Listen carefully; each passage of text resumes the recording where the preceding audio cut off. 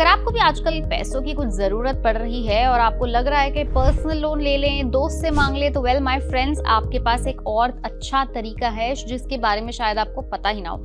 I am just talking about loan against your own shares, your own mutual funds. Exactly, बिल्कुल सही बात है। जैसे कि मैंने आपको पहले भी बताया, आप चाहें तो सिर्फ अपने शेयर बेचकर नहीं, जरूरत के समय पर अपने शेयर्स को, अपने म्यूचुअल फंड्स को, अपने बॉन्ड्स को गिरवी रखकर भी अपने लिए छोटा सा लोन ले सकते हैं। डिपेंड करता है कि उस समय आपके पास शेयर कितने हैं, कितने के हैं, और उसके अगेंस्ट एक थोड़ी सी कैलकुलेशन करके आपको ये लोन मिल सकता है। पहले जान लेते हैं कि कैसे मिलेगा, किसको मिलेगा और किसको नहीं मिलता है, so that you are better prepared when the time comes. सबसे पहली बात ये कि इस तरह का जो लोन होता है, लोन अगेंस्ट शेयर्स, ये आपको कोई भी नॉन बैंकिंग फाइनेंशियल कंपनी यानी एनबीएफसी देती है, प्लस आपको कोई बड़ा बैंक भी दे सकता है। हो सकता है आपका खुद का प्राइवेट सेक्टर बैंक भी ये लोन लेता हो, इसलिए जरूरत पड़ने पर पहले अपने बैंक को कॉल करके आप पूछ सकते हैं। दूसरी बात ये कि लोन कितना मिलता है। बहुत सारे बड़े बड़े बैंक हैं जो लोन शेयर्स के अगेंस्ट 20 से 25 लाख रुपए तक देते हैं, लेकिन एनबीएफसी आपको 1 करोड़ तक का लोन दे सकते हैं। अब सवाल यह आएगा कि क्या सिर्फ मैं शेयर को ही गिरवी रख सकता हूं या रख सकती हूं, तो ऐसा कुछ नहीं है। जितने भी शेयर्स हैं, कुछ शेयर्स हैं, किसी एक पर्टिकुलर कंपनी के शेयर्स हैं, साथ ही साथ एग्जिस्टिंग म्यूचुअल फंड्स हैं, अब चाहे वो एसआईपी हो, एक मुश्त यानी लमसम आपने कर रखा हो, प्लस अगर आपके पास किसी भी तरह की कोई बॉन्ड्स हो, सोवरेन बॉन्ड्स हैं, आरबीआई की बॉन्ड्स हैं, या किसी भी कॉर्पोरेट बॉन्ड अगर आपके पास है, तो आप उनको भी गिरवी रखकर कुछ टाइम के लिए अपने आप के लिए लोन ले सकते हो। सबसे बड़ा फायदा ये है कि ऐसा करने से आप जो पर्सनल लोन का जो बहुत हेफ्टी यानी बहुत भारी भरकम सा ब्याज का दर है, आप उससे बच जाएंगे। और खास बात ये है कि इसमें आपका रिस्क भी नहीं है, क्योंकि जब तक आप खुद बैंक या एनबीएफसी को नहीं बताते हैं कि आप इस लोन को रीपे करने में कंप्लीटली फेल हो गए हैं, तब तक बैंक या एनबीएफसी आपके म्यूचुअल फंड शेयर को नहीं बेचेगा। प्लस जब आप उसे वापस लेंगे तो उसका जो अमाउंट बढ़ गया होगा, उसकी जो वैल्यू बढ़ गई होगी, आपको उसका भी फायदा पूरा का पूरा मिलेगा। एक एस्टिमेट्स के हिसाब से इंडिया में शेयर्स पर लोन देने का जो मार्केट है वो 50,000 रुपए से 55,000 करोड़ रुपए के बीच है। आमतौर पर हाई नेटवर्थ इंडिविजुअल यानी HNI शेयर्स पर लोन लेते हैं, क्योंकि ऑफ कोर्स उनके पास वॉल्यूम बहुत ज्यादा होता है।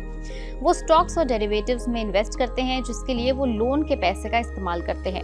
एक रिटेल इन्वेस्टर यानी कि आप और मैं भी लोन ले सकते हैं। इसके लिए हमारे डीमैट अकाउंट में शेयर होने जरूरी है। आमतौर पर शेयर की मार्केट वैल्यू का 50 से 70% तक का पैसा लोन के रूप में हमें मिल सकता है। अलग अलग फाइनेंशियल इंस्टीट्यूशंस की लोन लिमिट भी अलग अलग है।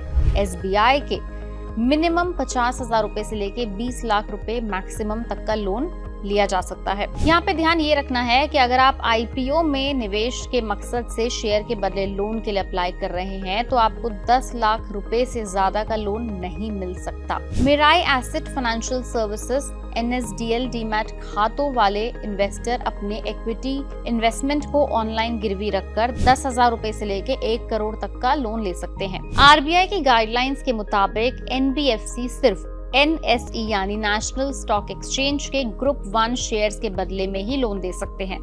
ग्रुप 1 शेयर्स का मतलब है ऐसे शेयर्स जिनमें पिछले 6 महीने में कम से कम 80 दिन कारोबार हुआ हो। इनका मिन इम्पैक्ट कॉस्ट 1% के बराबर या इससे कम होना चाहिए। इम्पैक्ट कॉस्ट का मतलब है उस एडिशनल कॉस्ट से जो इन्वेस्टर बड़ी संख्या में शेयर्स को खरीदने या बेचने पर चुकाता है। अब सवाल ये उठता है कि अगर आप लोन लेना चाहेंगे तो ब्याज दर क्या रहेगा और कौन लोन ले सकता है। तो सबसे बड़ी बात, कोई भी इंडियन रेजिडेंट यानी जो इंडिया का नागरिक है वो लोन ले सकता है। NRI के लिए ये फैसिलिटी उपलब्ध नहीं है। सिर्फ एक छोटी सी कंडीशन होती है कि आपके खुद के खाते के अंदर उस समय डीमैट अकाउंट में शेयर्स होने चाहिए जिसके अगेंस्ट आप लोन ले सकते हैं।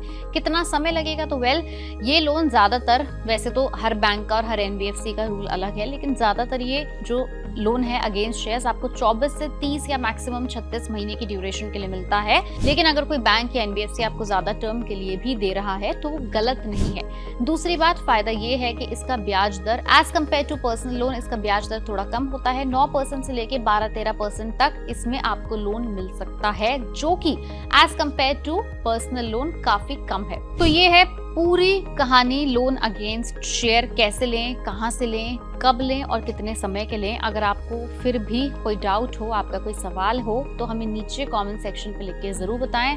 अगर आपको ऐसे और लोन या शेयर से रिगार्डिंग अगर आपको खबरें जाननी है, टिप्स एंड ट्रिक्स जाननी है तो उसके लिए आपको वीडियो को लाइक करना होगा, शेयर करना होगा और हमारे चैनल पैसा लाइफ को सब्सक्राइब और फॉलो जरूर करना होगा।